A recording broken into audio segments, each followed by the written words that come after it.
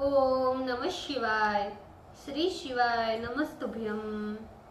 श्री आदिशक्ति पार्वती माताए नमः। श्री विघ्नेश्वराय नमः। श्री लक्ष्मी नारायणे नमः।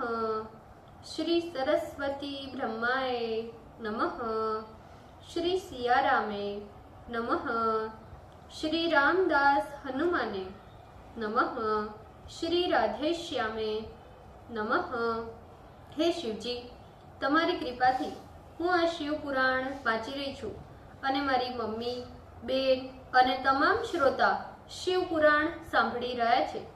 અમે બધા શિવ પુરાણનું જ્ઞાન પ્રાપ્ત કરી શકીએ એટલી શક્તિ પ્રદાન કરજો અને શિવ પુરાણનું તેજ સહી શકીએ એટલી ક્ષમતા પ્રદાન કરજો।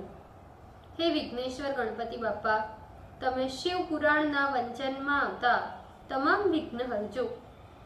हे कृष्ण मनोहारिणी राधा जी, हे श्याम सुंदर, हे सिया राम जी, हे रामदास हनुमान जी, તમે શિવ પુરાણ સાંભળવા જરૂર પધારજો અને મારા હૃદયમાં સ્થાન ગ્રહણ કરજો। ઓમ નમઃ શિવાય। શ્રી શિવાય નમસ્તુભ્યમ। દ્વિતીય સંહિતા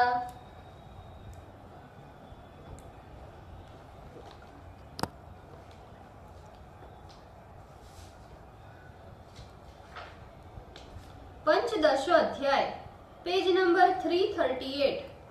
सती द्वारा 12 मास तक शिव व्रताचरण एवं अपनी पत्नी के साथ ब्रह्मा और विष्णु का शिवलोक गमन और शिव स्तुति।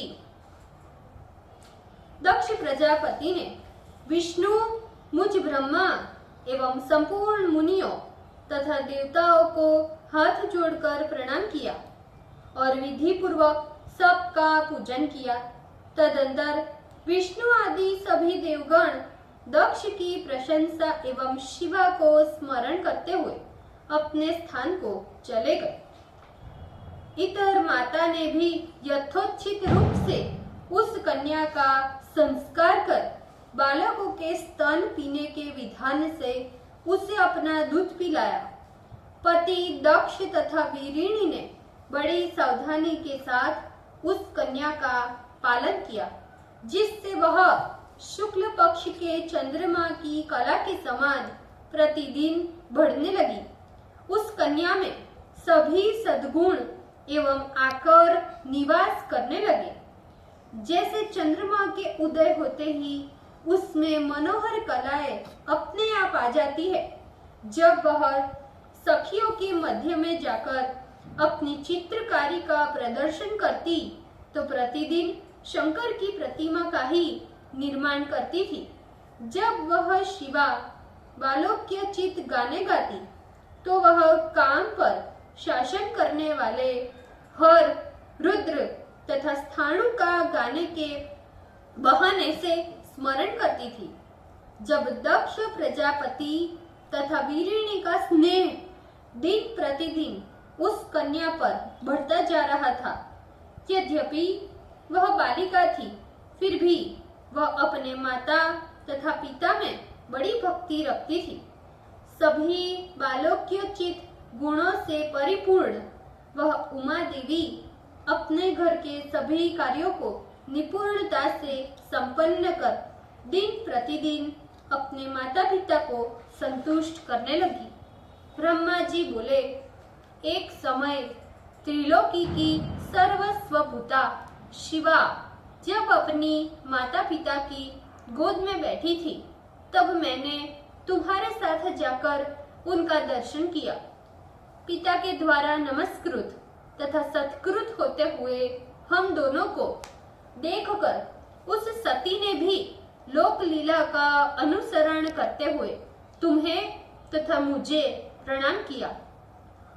प्रणाम के अनंतर दक्ष के द्वारा दिए गए आसन पर हम दोनों सती को देखते हुए बैठ गए और विनम्र हुई उस उमा से मैंने कहा, हे सती, जो तुम्हें चाहता है तथा जिसे तुम चाहती हो, उस सर्वज्ञ जगदीश्वर को तुम पति रूप में प्राप्त करोगी, जिसने पूर्व काल में तुम्हारे अतिरिक्त और किसी का भी पाणी ग्रहण नहीं किया। वर्तमान में भी जो तुम्हारे अतिरिक्त और किसी का पाणी ग्रहण नहीं करता है, जो भविष्य में भी तुम्हारे अतिरिक्त अन्य का पाणी ग्रहण भी नहीं करेगा।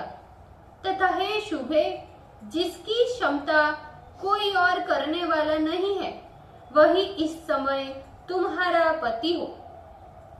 ऐसा कहकर कुछ दिन दक्ष के घर निवास कर हम दोनों उनसे विदा हो अपने अपने स्थान को चले आए। मेरी बात सुनकर दक्ष परम प्रसन्न हो चिंता रहित हो गए और अपनी कन्या को साक्षात परमेश्वरी जानकर उसका बड़ा सत्कार करने लगे। अपनी इच्छा से मनुष्य शरीर धारण करने वाली भक्त वत्सला देवी में अपने मनोहर कौमारोचित विहार के साथ अपनी कौमार अवस्था समाप्त की। अपनी तपस्या के प्रभाव से सर्वांग मनोहरा उस सती ने धीरे धीरे बाल्यावस्था समाप्त कर युवा अवस्था में प्रवेश किया। लोकेश दक्ष प्रजापति उस कन्या में युवा अवस्था के लक्षण देखकर विचार करने लगे कि किस प्रकार अपनी इस पुत्री को शिव के लिए प्रदान करे। इधर इस कन्या ने भी शिव को प्राप्त करने का निरंतर संकल्प कर लिया। पिता के मन की बात जानकर वह अपनी माता के सन्निकट आई। उस परमेश्वरी ने बड़े विनय के साथ शंकर को प्राप्त करने की इच्छा से तपस्या करने के लिए अपनी माता की सखी से कहकर आज्ञा चाही। फिर तो वह सती माता की आज्ञा प्राप्त कर महेश्वर को अपना पति बनाने के लिए घर पर ही तपस्या करने लगी। उसने आश्विन मास की प्रत्येक नंदा तिथि में गुड़, चावल तथा लवण से हर का पूजन कर उस मास को बिता दिया। कार्तिक मास की चतुर्दशी को खीर तथा अपूप यानी कुआ द्वारा शिवराधन कर परमेश्वर का स्मरण करने लगी। अगहन के कृष्ण पक्ष की अष्टमी को यौ, तिल एवं चावलों से शिव का पूजन कर दिन बिताने लगी। पौष मास में शुक्ल पक्ष की सप्तमी को रात्रि में जागरण कर प्रातःकाल खिचड़ी से शिव का पूजन किया। माघ की पूर्णमासी को रात्रि में जागरण कर प्रातःकाल भीगे कपड़े पहनकर नदी के किनारे शिव का पूजन करने लगी। फाल्गुन कृष्ण चतुर्दशी को रात्रि में जागरण कर चारों प्रहर बिल्व पत्र तथा बिल्व फल से शिव की विशेष पूजा करने लगी। चैत्र शुक्ल चतुर्दशी को दिन रात वह सती शिव का स्मरण करती हुई पलाश पुष्प तथा दवनों से शिव की पूजा करने लगी। वैशाख शुक्ल तृतीया को नव्य तिलाहार यौ एवं चावलों से शिव का पूजन कर उस मास को व्यतीत करने लगी। ज्येष्ठ शुक्ल पूर्णिमा को वस्त्र एवं मालती के फूलों से शिव का पूजन करती हुई उस मास को व्यतीत करने लगी। आषाढ़ शुक्ल चतुर्दशी को काले वस्त्र, कस्तूरी एवं मालती के पुष्पों से शिव की पूजा करती हुई उस मास को व्यतीत करने लगी। श्रावण शुक्ल अष्टमी तथा चतुर्दशी को पवित्र यज्ञोपवीत तथा वस्त्रों से शिव का पूजन करती हुई उसको व्यतीत करने लगी। भाद्र कृष्ण तेरस तथा चतुर्दशी को नाना पुष्पों और फलों से शिव का पूजन कर मात्र जल पीकर उस मास को भी बिताने लगी। इस प्रकार तत् कालों में उत्पन्न होने वाला नाना प्रकार के फल, पुष्प तथा सस्यों द्वारा शिवार्चन कर नियमित आहार करती हुई उस शिवा ने उन मासों को व्यतीत कर लिया। अपनी इच्छा से मनुष्य शरीर धारण करने वाली उस सती ने बड़ी दृढ़ता के साथ सभी मासों तथा सभी दिनों में शिवार्चन किया।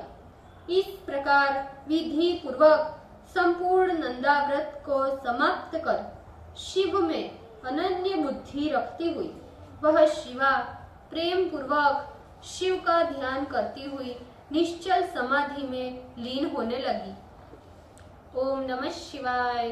श्री शिवाय नमस्तुभ्यम। भूल चूक माफ करजो शिवजी, कृपा રાખજો। આજના શિવપુરાણના વંચનનો પુણ્ય મને પ્રદાન કરજો શિવજી। ઓમ નમઃ શિવાય। શ્રી શિવાય નમસ્તુભ્યમ।